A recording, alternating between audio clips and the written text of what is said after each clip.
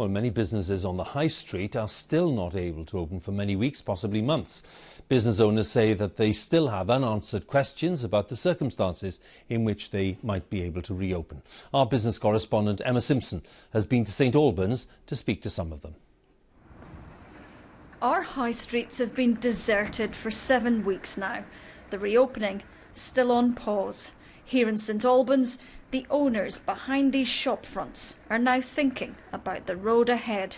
And they've more questions than answers, like David and Sarah at the jewellery shop. We're very worried about the basics of basically serving people. Yeah. So sitting down 6 feet away is not ideal in a jewellery shop. We're very used to getting up close and personal, measuring a finger, maybe attaching a necklace around a lady's neck. People ask you to do their earrings. Yeah, touching a pair of earrings.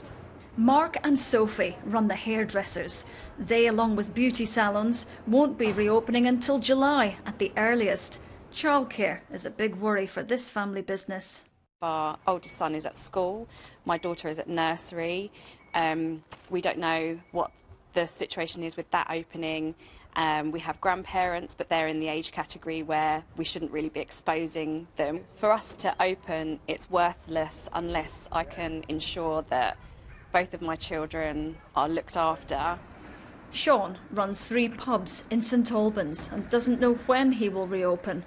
He says he can't follow the rules on social distancing because he needs his pubs full to survive. Without that, we cannot trade. So we have an option. We shut and that's it, and we never reopen, or we try and develop something that we can continue on. But to do that, we are going to need a hell of a lot of government support.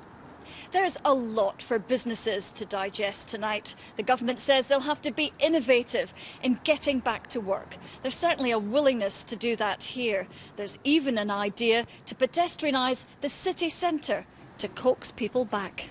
Helen and Andrew run a bridal and menswear business. Like everything else, weddings have been put on hold. Biggest worry is not having the clients come back because they've been so used to being at home.